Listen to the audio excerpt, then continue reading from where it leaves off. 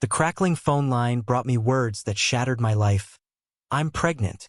From 6,000 miles away, the woman I once loved more than life itself made a confession that felt like a dagger to the chest. Claire, my wife, had been unfaithful while I was deployed overseas. As I stood frozen, waves of betrayal, anger, and disbelief crashed over me. But the confession wasn't the worst part. It was the twisted chain of events that followed. Her lover, someone too close for comfort. And the fallout? Oh, he'd lose far more than I ever imagined. The call came in the middle of the night, long after the desert sun had dipped below the horizon. Static crackled on the line, a sound I'd come to associate with my wife's voice over the long months of deployment. Claire never called at this hour, not unless it was an emergency. Jason. Her voice wavered, teetering between nervous and shaky. Claire? What's wrong? I sat up, already alert. There was a pause. It felt like hours before she finally spoke. I need to tell you something. You deserve to hear it from me before you come home. My chest tightened. What is it? I'm pregnant. At first, her words brought a fleeting moment of warmth, an instinctual joy, but then reality set in. I had been overseas for over 7 months. I swallowed hard, fighting the growing lump in my throat. How is that possible? My voice came out quieter than I intended. She didn't answer right away. When she finally spoke, her words cut through me like shrapnel. Jason, it's not yours. The silence that followed was deafening. My hand gripped the phone so tightly that my knuckles turned white. Whose is it? I asked, though I wasn't sure I wanted the answer. It's Adam's, she admitted, her voice breaking. It wasn't supposed to happen. I made a mistake. Adam, my best friend since childhood. The man who'd stood next to me on my wedding day and promised to keep an eye on Claire while I was away. The bile rose in my throat, but I forced it down. A mistake, I echoed, my voice ice cold. How long has this been going on? It was just a few times. I swear. It's over now. My laugh was bitter, almost unrecognizable.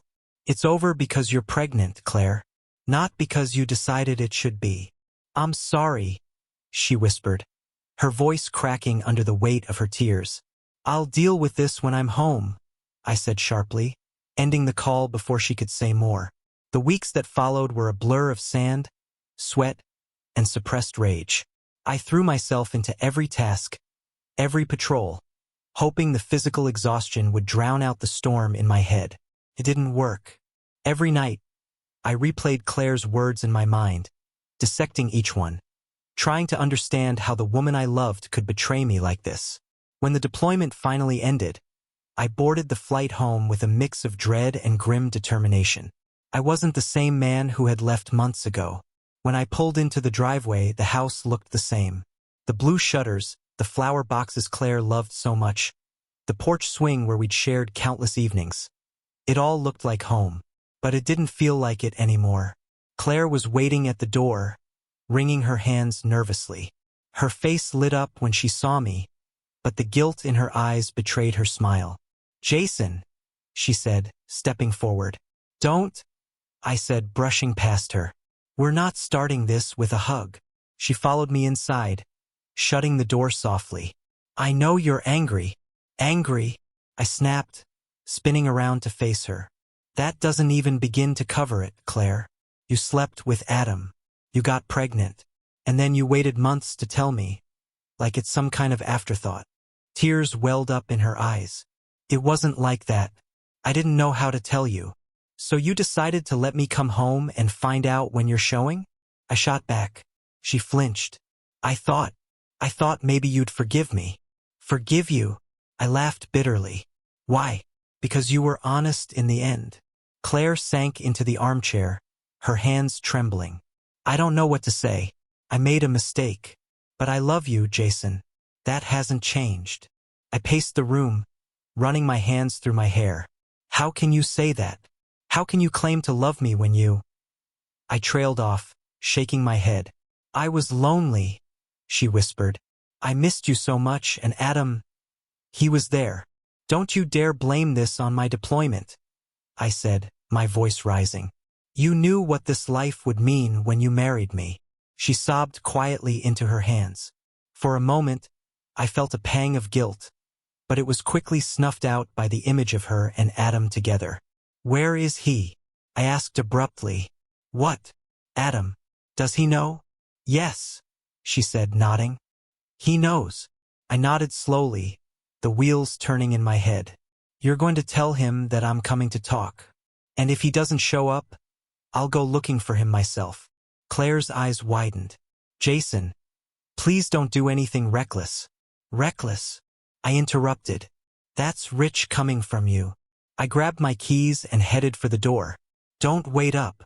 I didn't give Adam the courtesy of a phone call. I drove straight to his house, fueled by adrenaline and rage. When I pulled into his driveway, I saw him sitting on the porch, a beer in hand.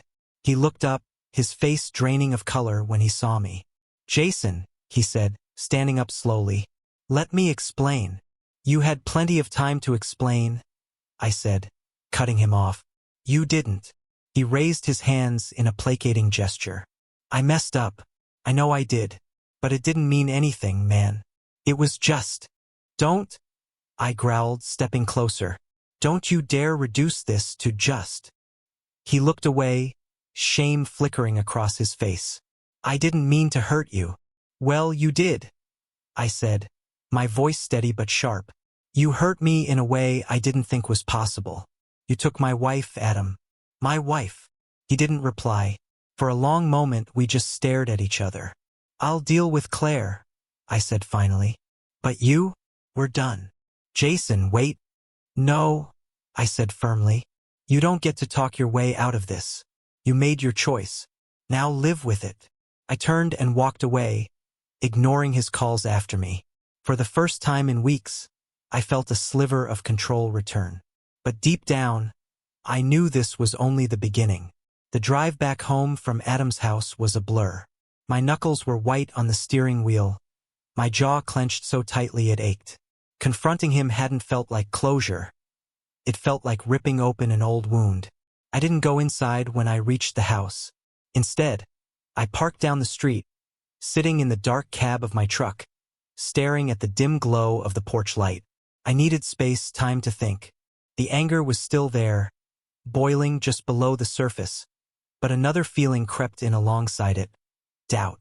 Not about the betrayal, I'd seen enough to know what they'd done, but about what came next. Did I want to fight for this marriage? Or was I already too far gone? The next morning, Claire found me sitting at the kitchen table, nursing a cold cup of coffee. She froze in the doorway, clearly unsure whether to speak or retreat. You're up early, she said cautiously. Couldn't sleep, I replied, not looking up. She stepped closer, her movements tentative. Did you talk to Adam? Yes. And we're done, I said flatly. Both of us. You and me and him. It's all over. Her face crumpled, and for a moment, I thought she might collapse right there. But instead, she pulled out a chair and sat across from me. Jason, she began, her voice trembling. I know I don't deserve anything from you, but I have to ask, are you sure? Is there really no way back? I stared at her, searching for something. Remorse, honesty, hope. Why did you do it, Claire? She looked down at her hands, her fingers twisting nervously. I don't have a good answer. I wish I did. I was lonely and Adam was there. He made me feel seen in a way I hadn't felt in a long time. You think I didn't miss you? I snapped. You think I didn't spend every damn day over there wondering if I'd make it home to you? I know you did, she said, tears spilling down her cheeks. I know I ruined everything, Jason, but I can't undo it. All I can do is beg for another chance. Her words hung in the air between us, heavy and desperate. For a moment, I almost wanted to believe her, but then I thought of the texts I'd found on her phone, the nights they'd spent together under my roof. You didn't just ruin what we had, I said, my voice cold. You ruined my faith in you, and without that, there's nothing left to fix. Over the next few days, I focused on the practicalities. I hired a lawyer and started gathering everything I'd need for the divorce. Claire tried to keep the peace, But every time I saw her, the image of her with Adam flashed in my mind. The final blow came when I found a receipt for a hotel room tucked into a drawer in her office. It wasn't from months ago, like I'd expected. It was recent, just 3 weeks before I'd come home. I confronted her that night, slamming the receipt onto the kitchen counter. "What is this?" Her eyes widened as she stared at it. "Jason, don't." I cut her off. "Don't lie to me. Not again." She broke down in tears, clutching the counter for support. "It wasn't supposed to happen again. I swear, Jason." I tried to end it, but he kept calling, and I was so confused. "Stop," I said, my voice shaking. "Do you even hear yourself? Confused? You weren't confused. You were selfish." She sobbed harder, but I felt no pity. Whatever shred of sympathy I'd held onto was gone. "Pack your things," I said quietly. "I want you out by the weekend." The house was eerily quiet after she left. Claire's absence should have felt like a relief, but instead, it left a gaping hole. I spent the first few nights drinking too much, staring at old photos of us and wondering where it had all gone wrong. A week later, I met with my lawyer, Rebecca, to go over the details of the divorce. She listened intently as I recounted everything. Claire's confession, the affair with Adam, the pregnancy. "Have you considered a paternity test?" she asked, her tone professional but firm. I hesitated. "You think it's necessary? Do you want to spend the next 18 years wondering if that child is yours?" Her words hit me like a punch to the gut. I hadn't even considered that possibility, but now it was all I could think about. "Do it," I said finally. It took some legal maneuvering, but Rebecca managed to secure the test without Claire's involvement. When the results came back, I stared at the envelope for a long time before opening it. The child wasn't mine. I don't know what I'd expected, but seeing it in black and white brought a strange mix of emotions. Relief, anger, sadness. I was free of any obligation to Claire, but I couldn't shake the thought of the child growing up without a father. 2 weeks later, I got a call from Trent, an old Marine buddy who now worked in law enforcement. He'd been helping me dig into Adam's background, and he'd found something I could use. "You're not going to believe this," Trent said. "Adam's been running a chop shop out of his garage. I've got enough to bring him in, but I figured you'd want to know first." A slow smile spread across my face. "Do it." The next morning, I watched from a distance as police raided Adam's garage. He stood on the lawn, arguing with the officers, his hands cuffed behind his back.